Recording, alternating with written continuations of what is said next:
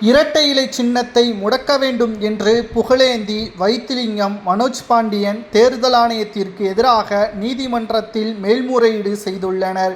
இரட்டை இலை சின்னத்தை தேர்தல் ஆணையம் முடக்கவில்லை என்றால் தேர்தல் ஆணையத்தின் மீதே நாங்கள் நடவடிக்கை எடுப்போம் என்பதற்கேற்ப அந்த மனுவில் குறிப்பிடப்பட்டுள்ளது. எதற்காக, என்ன காரணம், புகழேந்தி அவர்கள் இந்த வழக்கை தொடர்ந்தது சரிதானா என்பதை தான் இந்த வீடியோவில் முழுமையாக நாம் பார்க்க போகிறோம். இதை பற்றி உங்களது கருத்துக்களை மறக்காம கமெண்ட் வாயிலாக கூறுங்கள். அதிமுகவில் எடப்பாடி பழனிசாமி அவர்கள் குறிப்பிட்ட நபர்களை கட்சியிலிருந்து நீக்கினார். மேலும் அவர்கள் இரட்டை இலை சின்னத்தை எடப்பாடி பயன்படுத்த முடியாத அளவிற்கு நீதிமன்றத்திலும் தேர்தல் ஆணையத்திலும் பல்வேறு கடிதங்களையும் புகார்களையும் கொடுத்தனர். ஆனால் சமீபத்தில் அதிமுகவின் பொதுச் செயலாளர் எடப்பாடி பழனிசாமி என்பதற்கேற்ப சில சாதகமான தீர்ப்புகளும் எடப்பாடி பழனிசாமிற்கு வந்தது.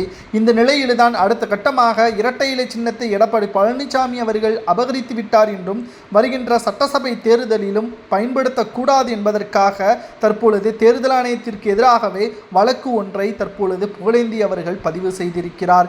இந்த வழக்கு ஏற்றுக்கொள்ளப்பட்டாலே வருகின்ற சட்டசபை தேர்தலில் அந்த வழக்கு முடியும் வரை, அதாவது அது தள்ளுபடி செய்யப்படுகிறதோ அல்லது அந்த மனு புகழேந்தி அவர்களுக்கு சாதகமாக வந்தாலோ இரட்டை இலை சின்னத்தை தேர்தல் வரை பயன்படுத்தக்கூடாது. இதுதான் புகழேந்தி அவர்களுக்கு தேவை என்ற தகவலையும் நம்மால் பார்க்க முடிகிறது.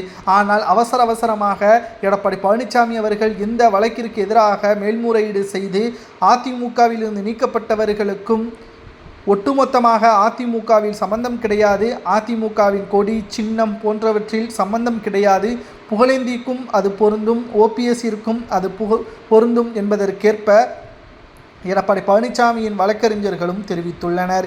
இதனால் இரட்டை இலை சின்னம் முடக்கப்படுமா அல்லது பாதுகாக்கப்படுமா என்ற ஒவ்வொரு நாளும் பதட்டத்தில் அதிமுகவின் மூத்த நிர்வாகிகள் இருக்கிறார்கள். உங்களது கருத்துக்களை கூறுங்கள்.